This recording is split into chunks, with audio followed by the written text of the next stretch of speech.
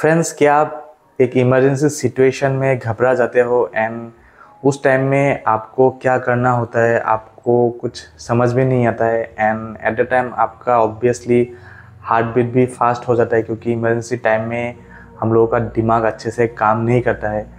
तो in that time how to remain calm, हमें दिमाग को शांत रह के कैसे सिचुएशन को संभालना होता है। So if you can do that then you are watching the right video, क्योंकि I will share some tips to you कि कैसे आप एक इमरजेंसी टाइम में अपने दिमाग को शांत रख सकते हो। बट फॉर दैट हम लोगों को पहले समझना होगा कि इमरजेंसी टाइम में जब भी कुछ लाइफ में या आपके आसपास में कुछ अगर इमरजेंसी हो जाता है तो एट द टाइम क्या होता है, वाई हम लोग पैनिक हो जाते हैं, हम लोगों का हार्ट बीट फास्ट हो जाता है। सो ये हमें पहले समझना होगा।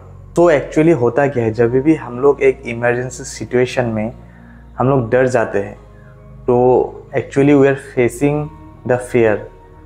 हम लोग डर के एक इमरजेंसी सिचुएशन में हम लोग पैनिक करते हैं। तो ये होता क्यों है?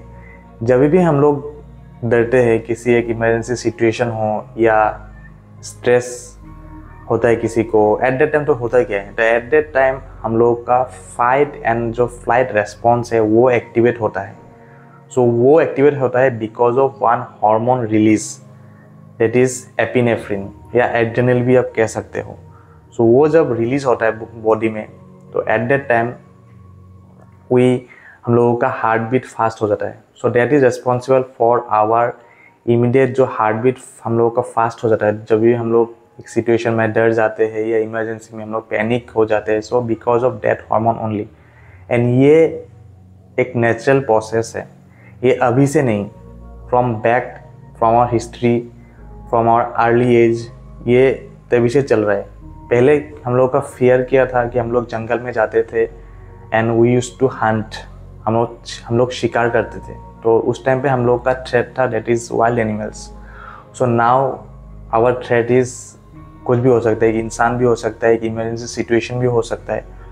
तो सेम प्रोसेस ही होता है उसमें, आपका एड्रेनल रिलीज होता है and back in our early ages at that time also that adrenal is release, that is epinephrine was release, that's why हम लोगों का हार्ट बीट फास्ट होता है। And at that time our fight and जो flight and fight response हम लोगों का activate हो जाता है। सो नाउ व्हाट, अभी तो हम लोग का फाइट एंड जो फ्लाइट रेस्पॉन्ड है वो तो एक्टिवेट हो गया। मतलब पहले क्या होता था, आप शिकार करते थे तो उस टाइम पे आपको शिकार करना है या शिकार को देख के आपको भागना है, ये डिसीजन आपका है। तो same in our emergency situation, आपको सिचुएशन को फेस करना है या आपको भागना है, that is only happening, that is flight and fight response is activated. So now what, अभी क्या करना है? पहले क्या होता था, सपोज़ आपने डिसीज़न बना लिया कि नहीं मुझे अभी शिकार करना है, तो शिकार करने के लिए आपको क्या करना होगा? आप तो डायरेक्ट आप भाला लेके या जो भी कुछ आपके हाथ में है डायरेक्ट आप शिकार नहीं कर सकते। तो आपको शांत रहना होगा, शांत रह के आपका जो शिकार है उसको आपको देखना होगा कि अभी ये राइट टाइम है कि नहीं शिकार करने का। सो हम लोगों को शांत रहना होगा, शांत रहेंगे तभी आप स्ट्रेटेजिक सोच पाएंगे, एक राइट डिसीज़न ले पाएंगे। So at that time also शांत रहना ही the main important thing, in emergency हो या शिकार हो, the main thing is how you remain calm. In emergency हो या आप शिकार कर रहे हो तो आपको शांति रहना है। तो नाउ-ए-डेज ऑल्सो अगर हम एक किसी इमरजेंसी सिचुएशन को फेस कर रहे हैं या कोई एक प्रॉब्लम को सॉल्व कर रहे हैं तो हम लोगों को शांत रहना होगा। एक इमरजेंसी सिचुएशन में हम लोगों को शांत रह के उस सिचुएशन को देखना होगा। जब भी हम लोग शांत रहेंगे तो क्या होगा, हम लोग स्ट्रेटेजिक सोच पाएंगे, राइट डिसीजन ले पाएंगे एंड सिचुएशन को एनालाइज कर पाएंगे। Then only we can decide. So एक इमरजेंसी सिचुएशन में शांत रहना बहुत ही इम्पोर्टेंट है। सो अभी हम लोग शांत कैसे रह सकते हैं इम्पोर्टेंट या एक इमरजेंसी सिचुएशन में, that is the point. Now एक इमरजेंसी सिचुएशन में आप अपने आप को कैसे शांत रख सकते हो? फॉर दिस सिचुएशन, इस सिचुएशन के लिए मैं अगर मेरा एक्सपीरियंस बताऊँ तो मेरा इनबिल्ट एक नेचर ही है, मैं किसी एक इमरजेंसी सिचुएशन में नॉर्मली शांति रहता हूँ। पहले से मैंने ये ऑब्जर्व किया है, मुझे कुछ करना नहीं पड़ता है क्योंकि मैं नॉर्मली कम बात करता हूँ एंड मैं ऑब्जर्व बहुत करता हूँ, that's why I don't know.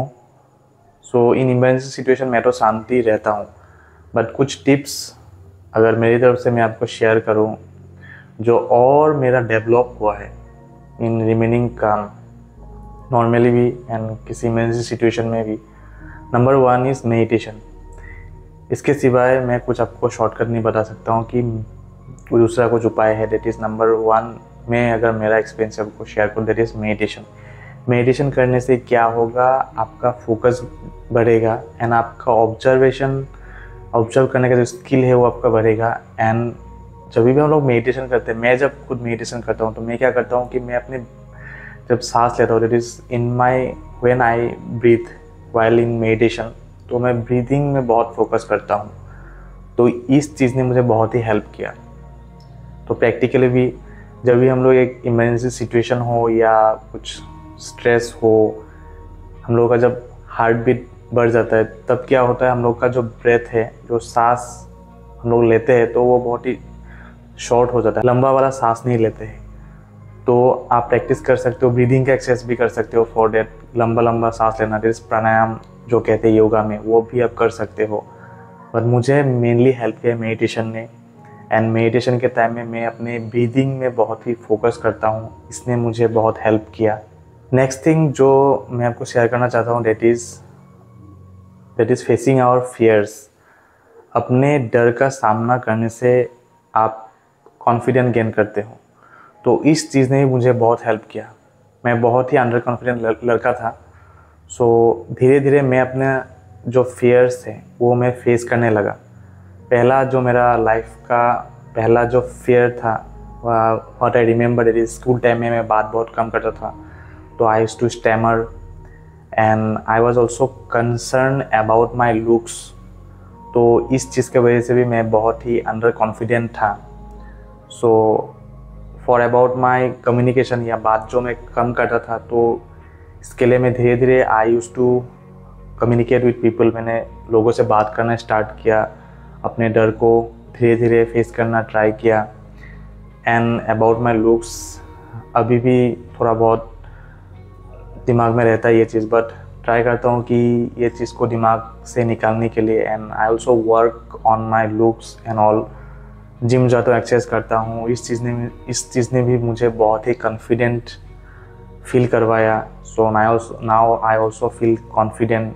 सो इस छोटे छोटे चीज़ों को मैंने लाइफ में अप्लाई किया। डायरेक्टली तो फेस नहीं कर सकता, अगर कुछ बड़ा आपका डर है तो आप डायरेक्टली आप नहीं भी कर पाओगे, तो आपको धीरे धीरे थोड़े थोड़े करके स्टार्ट करना। एंड अबाउट रेगुलर एक्सरसाइज, जो मैं आपको बोल रहा था कि एक्सरसाइज जो मैं करता हूँ, इस चीज़ ने भी मुझे बहुत हेल्प किया। रेगुलर एक्सरसाइज करने से क्या होता है, एक हार्मोन रिलीज होता है, दैट इज़ एंडोर्फिन, या हैप्पी हार्मोन भी आप लोग बोल सकते हो, happy hormones, endorphin. This is a natural painkiller.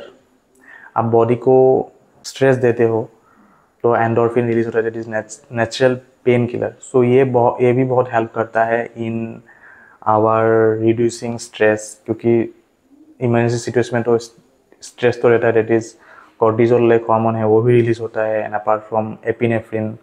So ये बॉडी में जितना ज़्यादा एंडोर्फिन रहेगा, सो आपका स्ट्रेस हार्मोन भी कम रहेगा।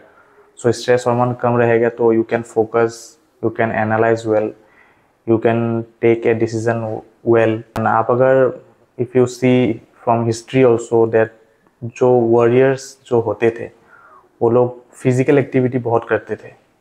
इफ़ यू आपने फॉलो किया या नहीं पता नहीं, यू कैन सी दैट जो वॉरियर्स है, they used to do physical activity. So physical activity mentally भी लोगों को हेल्प करता है एंड फिजिकली भी। मेंटली मतलब कि आप अपने कंफर्ट जोन से बाहर आ रहे हो।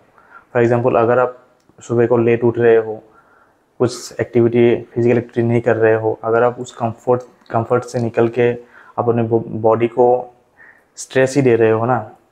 जब हम लोग एक्सरसाइज करते हैं तो कोर्टिजोल लेवल हाई होता है, बट ये थोड़े टाइम के लिए रहता है, बट एंडोर्फिन जो जब रिलीज होता है, it actually help as a natural painkiller. So इसलिए एक्सरसाइज करना भी बहुत इंपॉर्टेंट है। सो मैं खुद रेगुलर करता हूँ, तो इस चीज़ ने भी मुझे बहुत हेल्प किया।